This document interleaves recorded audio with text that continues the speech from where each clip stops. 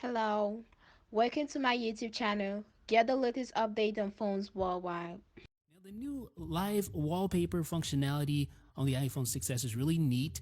It looks great and all. It allows you to have motion wallpapers by pressing on the screen, but it's not exactly conducive to saving battery life. In fact, any wallpaper that moves is not the greatest for saving battery life. So we're going to go into settings, go to wallpaper, choose a new wallpaper, and then choose a still wallpaper instead of a dynamic or a live wallpaper.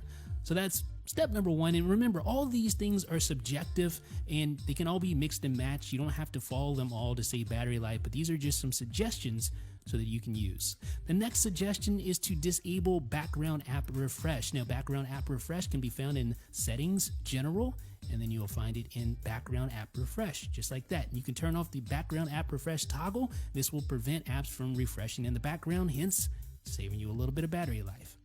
Now, the next option is to enable auto brightness. That can be found under settings, under display and brightness, and then you'll see an auto brightness toggle, so you can turn that on. Now, this may seem a little counterintuitive. Why not just turn your brightness all the way down to save battery life? But no one really uses their phone like that, and auto brightness will allow your phone to automatically adjust when it's really bright outside. It'll go up so you can see, and when it's dim or when you're indoors, it'll go down, hence saving you a little bit of battery life. Good deal. The next option is to enable reduce motion. That can be found under settings, general, accessibility, and reduce motion. And this will reduce the motion of the UI, meaning it'll disable parallax effects and things like that, and potentially save you a little bit of battery in the process.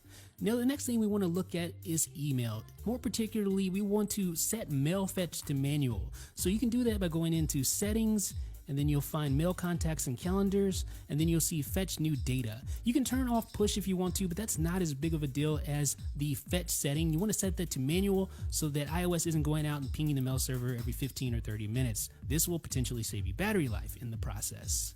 Now, the next thing we want to disable is Hey Siri. So you can go to settings, general, and go to Siri and disable allow Hey Siri. Now, Hey Siri is a lot more efficient with the M9 coprocessor in the iPhone 6s and the iPhone 6s Plus, but this could potentially save you a little bit of battery life.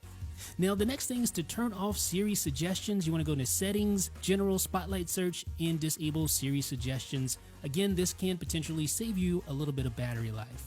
Next up is disabling location services, and this can be found under settings, privacy, location services. Now just turn that little switch off like that and tap turn off. Now, a lot of apps use location services, so you're going to want to make a decision as to whether you want to disable this or not, but it will without a doubt save you battery life. Next up, you want to disable 4K video capture. You can find that under settings, photos and camera, and record video. You just want to select either 1080p HD at 30 frames per second or 720p HD at 30 frames per second. Now, in iOS 9, you can enable a 30-second auto lock. Just go to settings, general, and then go to auto lock, and you'll see a new 30-second option. It defaults at 1 minute, but if you set it to 30 seconds, your device locks 30 seconds faster, hence saving you battery life. You can also disable auto updates. Go to settings, app, and iTunes stores, and then you'll see an automatic downloads heading. You want to disable updates under there. That'll prevent apps from automatically updating, hence saving you, yep, you guessed it, battery life. Now, the last option here is low power mode. This is sort of a catch-all option, a new feature in iOS 9, by the way, and this will do a lot of the things we just mentioned, but in one fell swoop with just one toggle. And this has been proven to save battery life, but you may not want to have everything fall under one toggle. Maybe you want to go out and meticulously manage iOS, and that's what this video is for, showing you all the different things you can do to potentially save battery life. It's subjective. Use it how you want to use it, folks, and leave me a thumbs up if you appreciate this video. Thanks for watching, and please do subscribe to my channel and get notified anytime